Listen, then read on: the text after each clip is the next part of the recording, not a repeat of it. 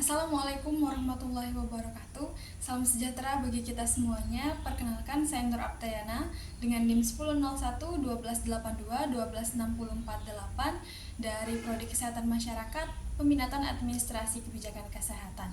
Pada video kali ini, saya akan menjelaskan materi terkait penyimpanan logistik obat sebagai salah satu tugas dari mata kuliah Manajemen Logistik.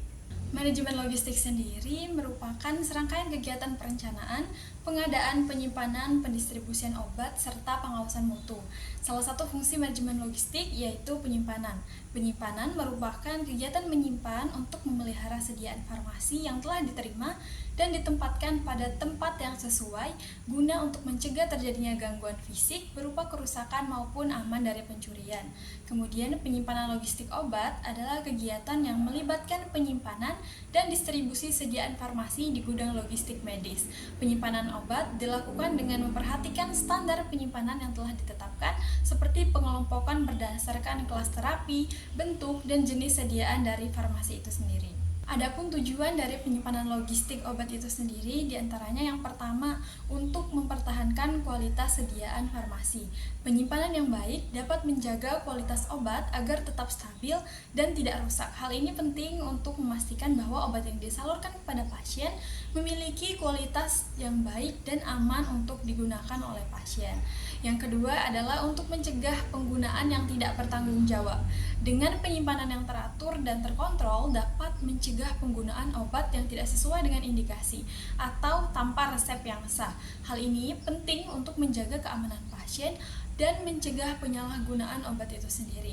Kemudian yang ketiga adalah menjaga ketersediaan obat. Dengan penyimpanan yang efektif dapat memastikan ketersediaan obat yang cukup di gudang farmasi.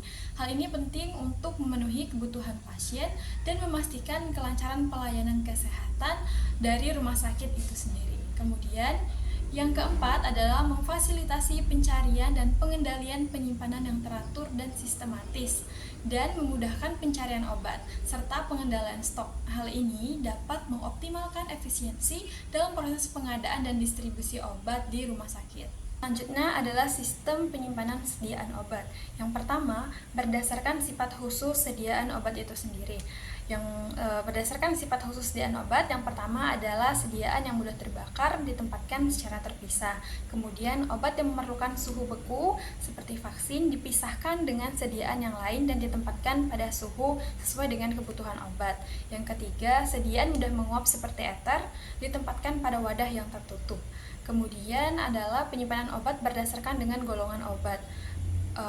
Golongan obat yang pertama adalah obat bebas dan obat bebas terbatas. Obat dengan golongan ini dapat ditempatkan pada etalase terdepan. Kemudian adalah obat keras dapat ditempatkan di lemari persediaan yang terdapat di ruangan peracikan.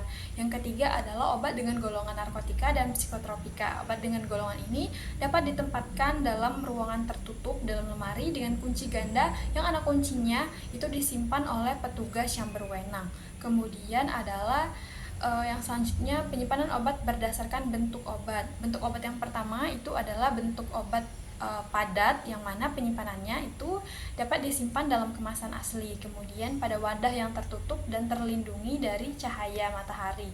Yang selanjutnya dalam kemasan diberi dengan zat pengering. Kemudian obat dapat disimpan pada suhu kamar 15 derajat sampai dengan 39 derajat Celcius.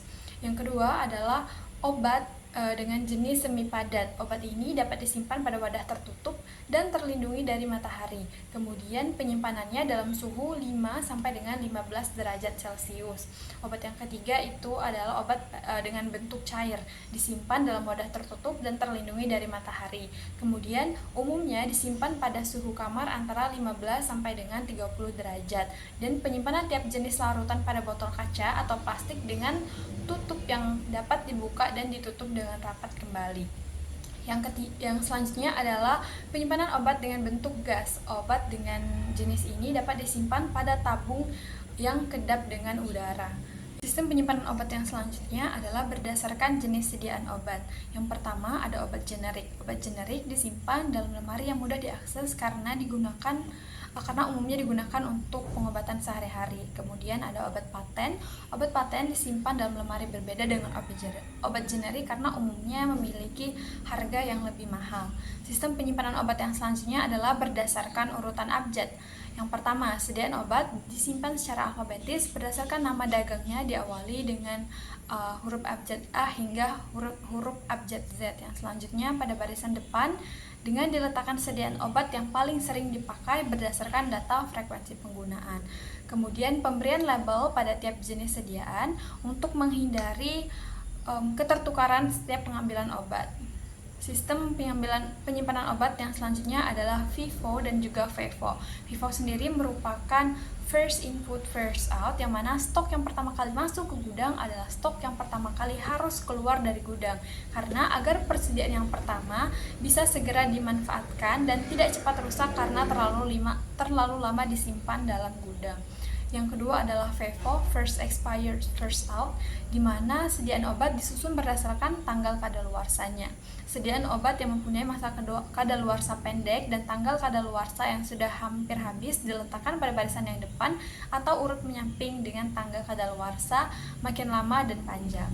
Selanjutnya adalah standar penyimpanan menurut Permenkes nomor 72 tahun 2016 tentang standar pelayanan farmasi di rumah sakit. Penyimpanan obat dan bahan obat harus dilengkapi dengan pencatatan menggunakan kartu stok. Dapat berbentuk kartu stok manual ataupun saat ini dapat berbentuk elektronik.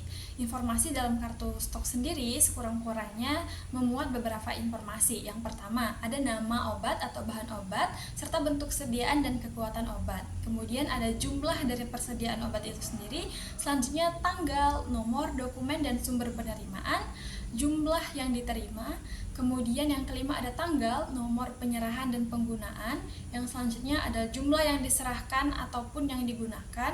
Kemudian ada nomor batch dan tanggal kadaluarsa dari obat itu sendiri. Dan yang terakhir adalah paraf atau identitas petugas in charge atau yang mengerjakan. Selanjutnya, saya akan memberikan salah satu contoh prosedur penyimpanan obat dengan golongan tertentu. Menurut Permenkes nomor 5 tahun 2023 tentang narkotika, psikotropika, dan juga prekursor farmasi. Pada pasal 48 disebutkan bahwa syarat penyimpanan obat narkotika dan psikotropika diantaranya: yang pertama, tempat penyimpanan narkotika, psikotropika, dan prekursor farmasi dapat berupa gudang khusus, ruangan khusus, ataupun lemari khusus. Yang selanjutnya, tempat penyimpanan narkotika dilarang digunakan untuk menyimpan barang selain narkotika. Kemudian, tempat yang digunakan untuk penyimpanan psikotropika dilarang untuk menyimpan obat selain golongan psikotropika. Begitupun dengan tempat penyimpanan prekursor farmasi dalam bentuk bahan baku dilarang digunakan untuk penyimpanan barang selain prekursor farmasi dalam bentuk bahan baku. Tempat penyimpanan narkotika, psikotropika, prekursor farmasi wajib memenuhi cara ataupun standar yang telah ditetapkan oleh perundang-undangan. Begitupun dengan cara distribusi ataupun standar pelayanan kefarmasian harus sesuai dengan ketentuan perundang-undangan yang berlaku. Hal ini untuk menjaga kualitas obat ketika diberikan kepada pasien sehingga pasien menerima obat dengan kualitas yang terbaik. Demikian materi terkait penyimpanan logistik obat yang dapat saya sampaikan. Semoga bermanfaat. Terima kasih. Wassalamualaikum warahmatullahi wabarakatuh.